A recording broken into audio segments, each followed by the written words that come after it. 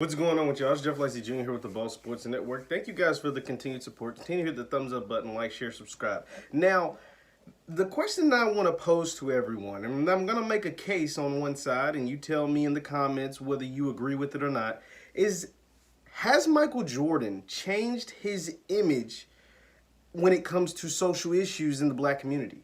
You know, to the black community, do you believe Michael Jordan is more of a hero now than ever, than he ever was during his playing days? Now, obviously, Michael Jordan was the most popular. He probably at his peak was the most popular athlete to ever walk the earth, right? Simply because he was the best basketball player. He did a whole bunch of winning, and he didn't lose a lot. And he was aggressive, and he was a dog, and he worked hard for everything, right? Like, Michael Jordan wasn't given anything. Like, he was drafted to probably at the time the worst basketball organization in the NBA, or one of the worst. I mean, like, we all saw The Last Dance. They were what would they call them? The circus, the cocaine circus or something like that. Like, the Bulls were trash. Like, big trash. And Jordan comes in there as the third pick, not the first pick, as the third pick, and just changes the franchise completely. They became, the most successful franchise of a decade in modern basketball. Nobody had won that much, 6 championships over 8 years since Bill Russell and the Celtics in the 60s, right? So he was always super popular. But one thing that a lot of people in the black community, and they touched on it kinda in The Last Dance, never really cared for Michael Jordan in the fact that he didn't speak on issues. He didn't speak on black issues. And the big thing that they talked about in The Last Dance was, I think it was the governor's race or the mayor's race in North Carolina, or the governor's race or whatever. And there was the conservative who was a white man and the Democrat was a black man, and they wanted Jordan to talk about it. And he said, Republicans buy sneakers too. The infamous quote, Republicans buy sneakers too. And a lot of people just, bashed him. And I mean, he got criticized. I'm 24. That happened in the 90s.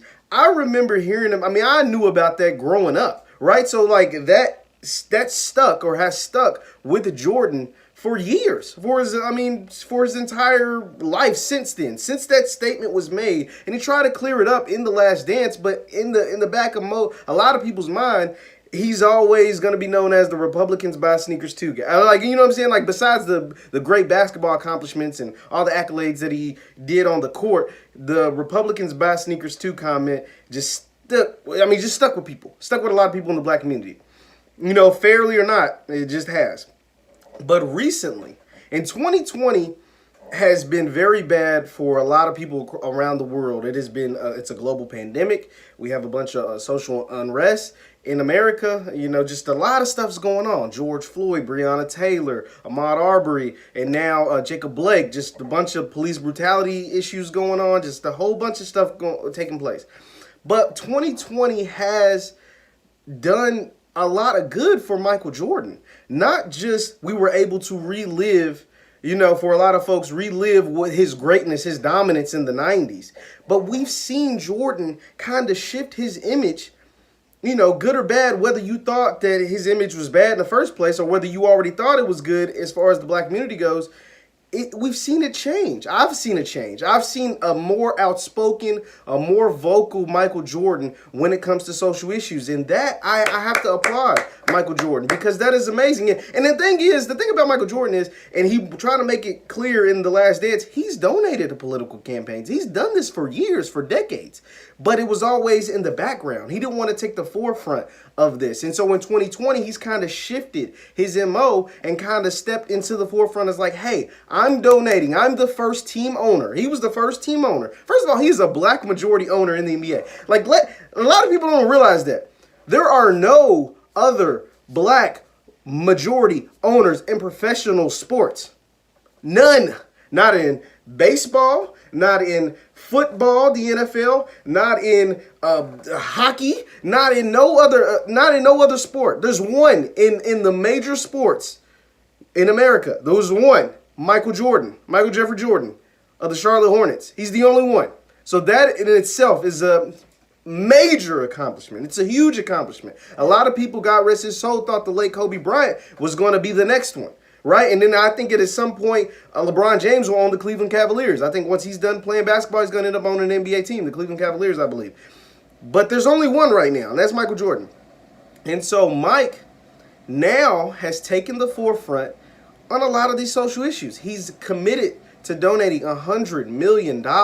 After the George Floyd, God rest his soul, George Floyd incident took place, Michael Jordan was the first team owner, and I don't know, tell me about some other ones, that came out and said, I'm donating $100 million over the next 10 years to to get justice for our people. He's donating $100 million to the black community to make sure to try to stop incidents like this. That was his pledge.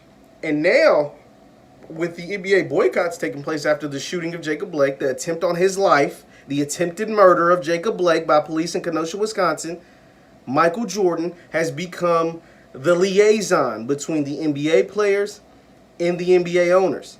And he got on a conference call with owners and some player representatives and said, I'm not coming to you as an owner. I'm not coming to you as a former player. I'm coming to you as a black man. And he reached out to Chris Paul and Russell Westbrook and LeBron James to, hey, what do you guys want? What can I do in the owner's room to make sure you guys get what you want? That way we can continue to have successful business and we can make change in the black community. We can have your voices heard. So what do you want? And once again, I have to applaud Mr. Michael Jordan, because for a long time, his image has been, he's just money hungry. He don't care about black people. He's money hungry. He wants to do this. He's doing that. Fair, right or wrong, that has been, I wouldn't say that's been the majority, but there's been a lot of people that have felt that way about Michael Jordan. And now I believe, even to those people, he is changing his image. He is becoming more politically involved. He is speaking out more. He is making more appearances. Now, he still's never going to be LeBron James, right? As far as getting in front of cameras and talking and doing all this stuff. He's never going to be that guy. But the fact that he's making himself more open and more susceptible to criticism, you have to applaud it. You have to, because when you make these stances, you take a chance of losing a certain demographic in your business. And Michael Jordan is a very successful businessman. And when you make political stances, especially stances for the black community, you make yourself susceptible to criticism to a certain demographic. And the demographic, for a long time, it seemed like Michael Jordan didn't want to lose. But now it looks as if he is more willing to lose that demographic to stand on the right side of history and to stand up in the public sphere, not to say he wasn't doing privately, in the public sphere for black people. So congratulations and kudos to Michael Jordan. You were already an American hero, a black legend, a legend in the world of sports, in the business for all black people.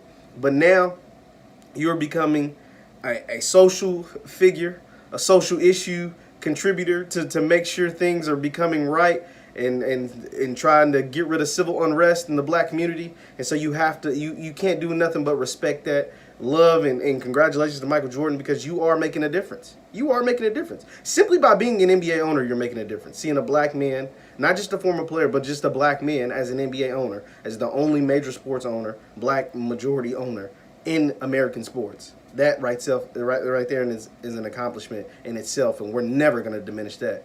But to speak up on the behalf of the players, to come in as a black man, not as an owner, not as a former player, but as a black man, you can't do nothing but respect that. So respect and love goes to Michael Jordan.